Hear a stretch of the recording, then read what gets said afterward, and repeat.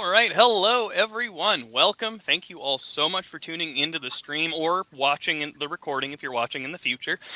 Folks, we are at the very end of our overdose prevention, harm reduction, and treatment series. Now, throughout this whole series, we've met so many wonderful partners doing fantastic work to help keep folks safe from overdose. Now, we'd like to round out our series this year by bringing things back to the Poison Center and giving you a little peek behind the curtain to see some of the faces behind the crucial work that the Washington Poison Center does. Now, typical housekeeping intro. Be sure wherever you're tuning in from, whether it's Facebook or YouTube, feel free to ask us questions throughout the stream. If you'd like, go ahead and place your question in that comment section.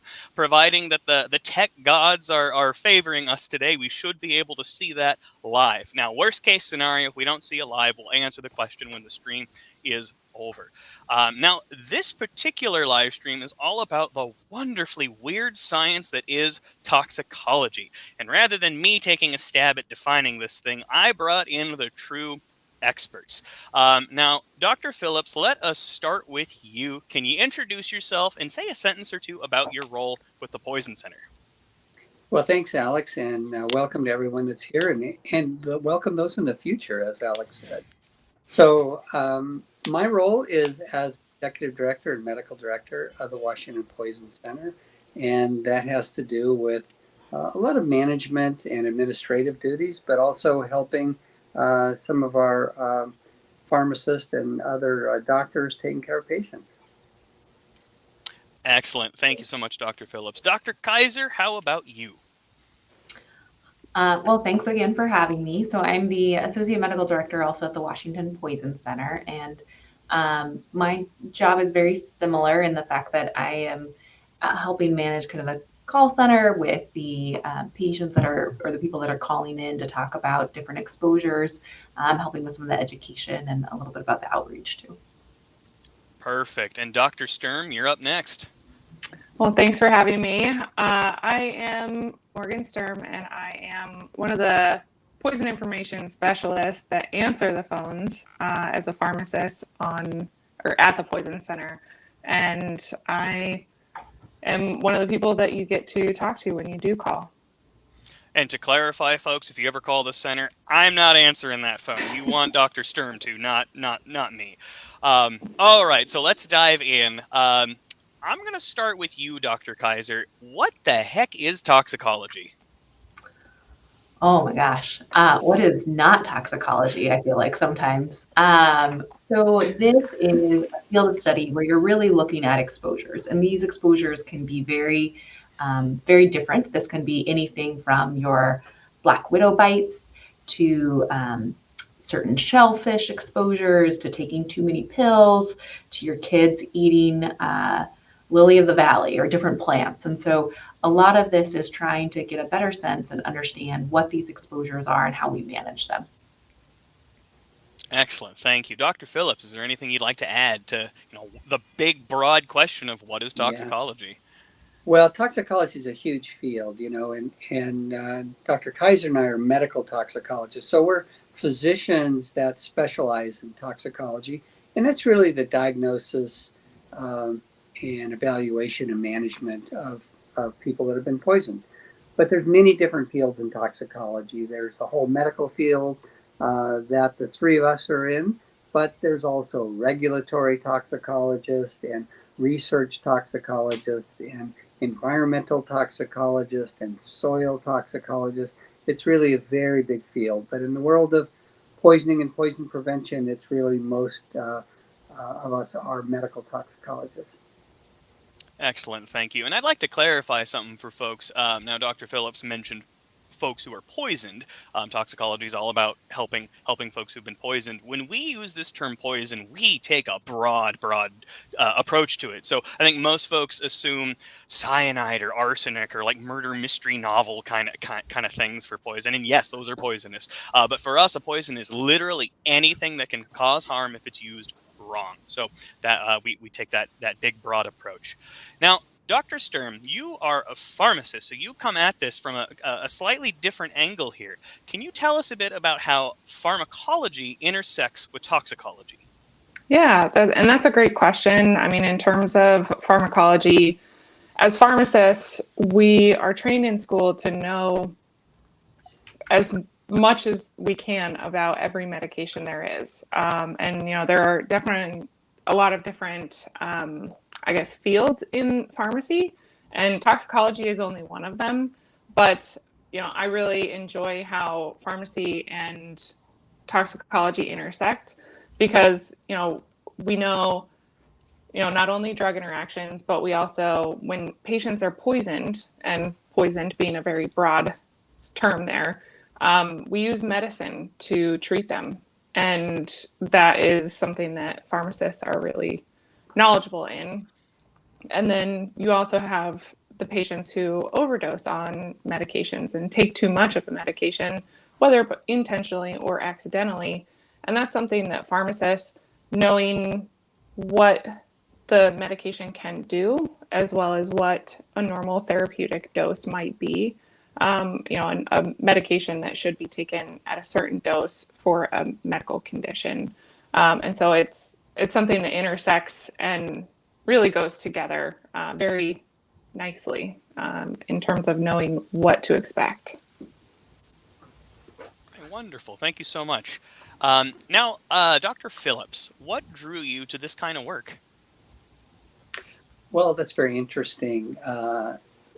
Long story, but initially it had to do with taking care of poison patients in an intensive care unit when I was a resident. I found that quite interesting and challenging, understanding the way medications move into the body, how they cause some adverse effect, and how they move out of the body, and how we can stabilize and manage them. And so that was kind of the thing that got me really interested in toxicology. And there was some new books that were published in the mid 1980s by one of our very famous founders in medical toxicology, Dr. Ellen Horn, and I just sort of was captivated by the book and the topic at that time. Excellent. Dr. Kaiser, same question. What drew you to this kind of work? Well, so my background is emergency medicine, and actually, I'm a little embarrassed to say this, but when I was applying for emergency medicine residency, one of the people that was interviewing me was a toxicologist, and I was like, toxicology, how boring. And obviously it's not, because I'm here. I think part of this is really there's just so many different ways that this can present, and there's so many different types of exposures. And my love for it really was more in the intensive care unit, and kind of the critical care aspect of it is kind of where I first started to see it. And then as I got further along in my training, I started to realize that this really expanded to lots of different exposures and different ways that these things could occur. And this could be something from a very acute, I took too much medicine, to something that I've been exposed to this particular metal for years and years and years, and now I'm starting to see effects from this. And so I loved getting to understand the mechanisms. I loved getting to be more familiar with how people would present.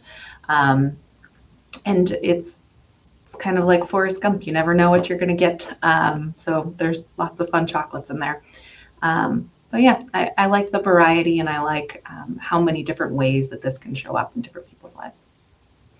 Great answer. And now I'm craving chocolate, so thank you for that. How about you, Dr. Sturm? What brought you into all this?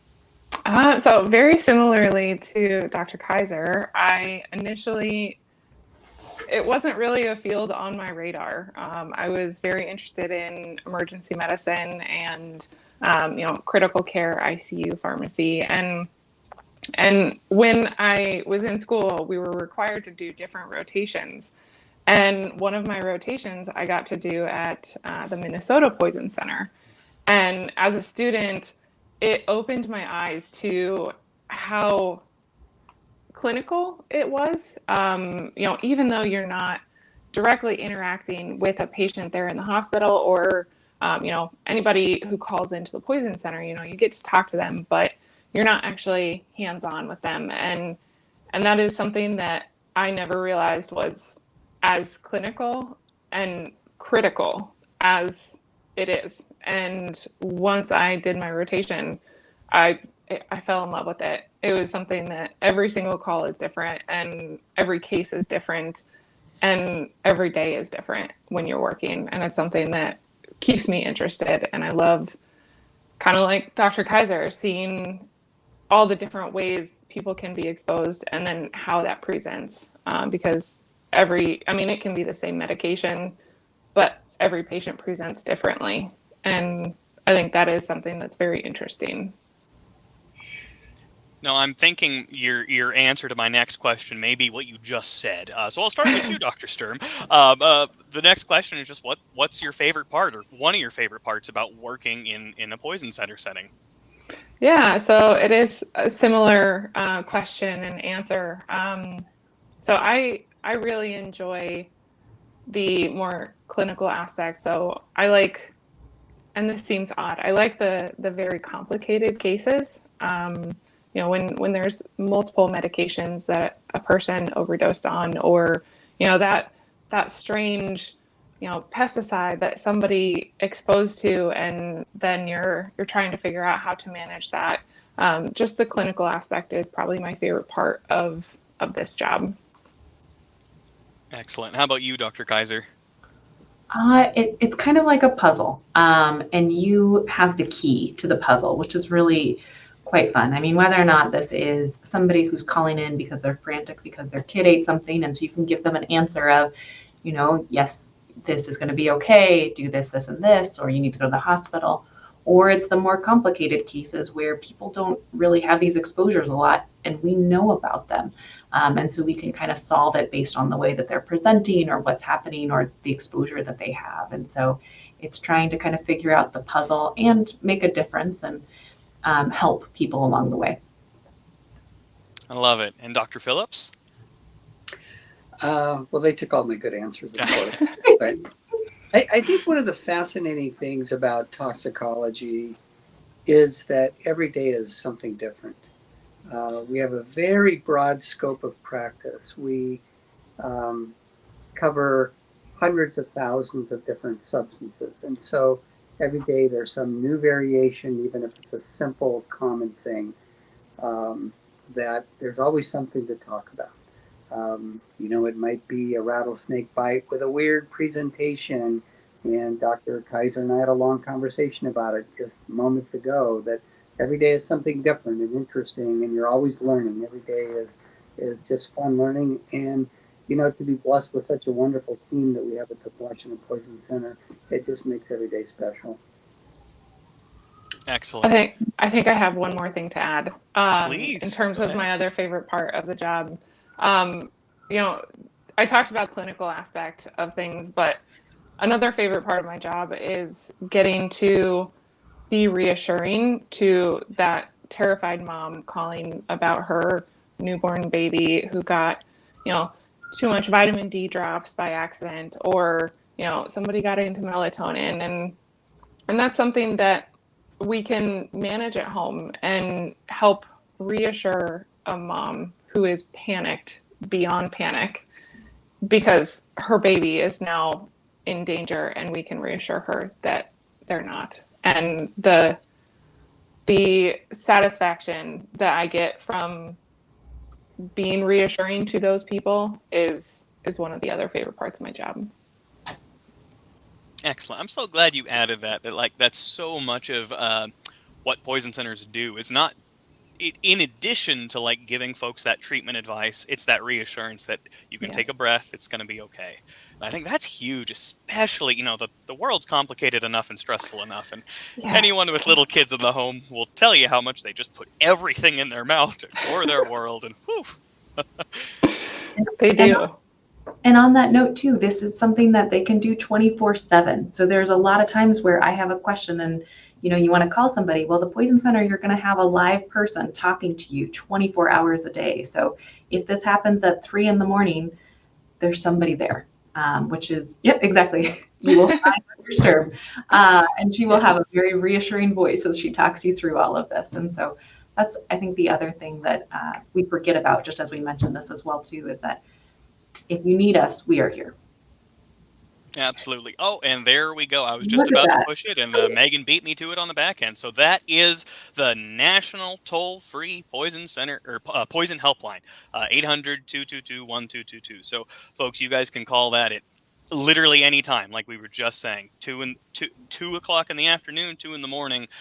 Good chance Morgan will answer.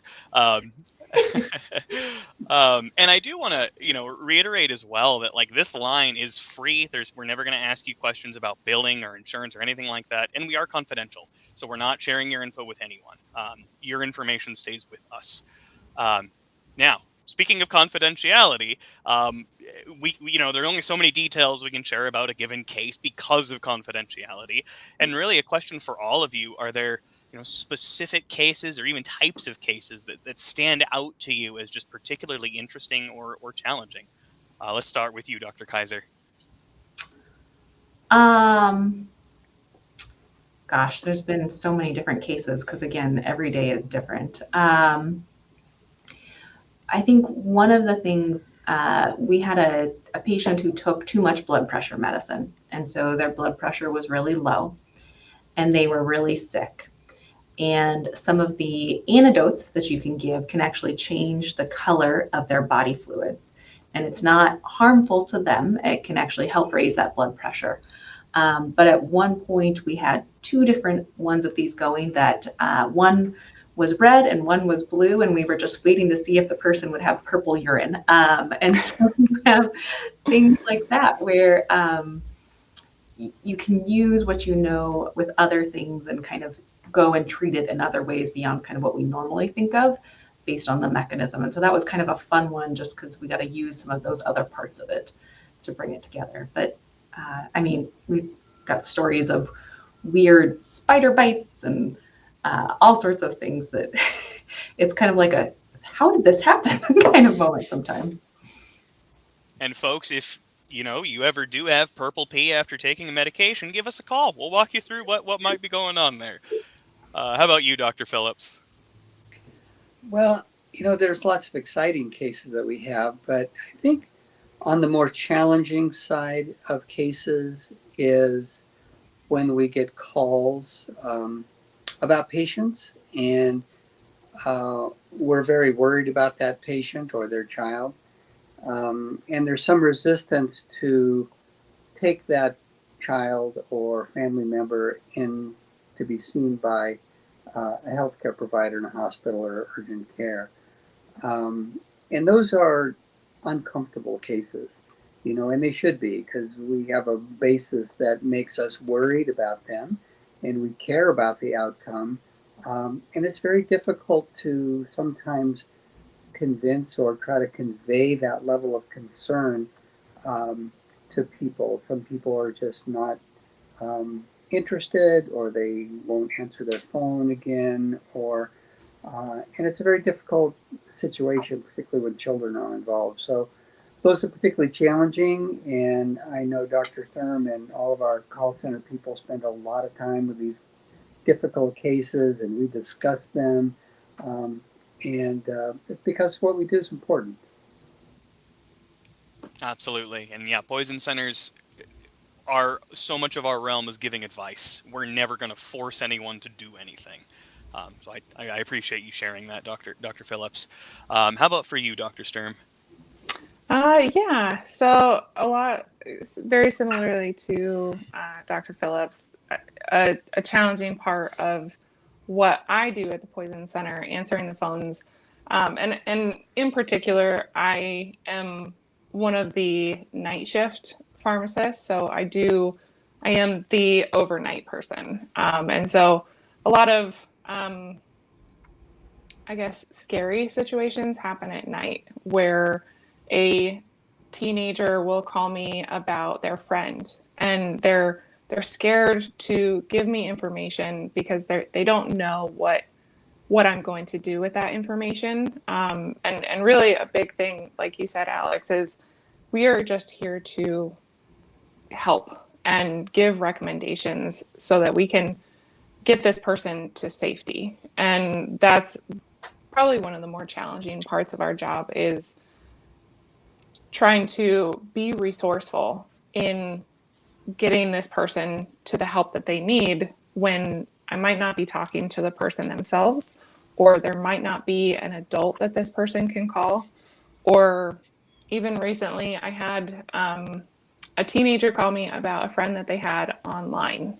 It was an online friend, and they didn't know where this person lived. They didn't know they didn't know this person's last name. They didn't know a whole lot about this person, but they were concerned enough to call me because they had taken too many pills.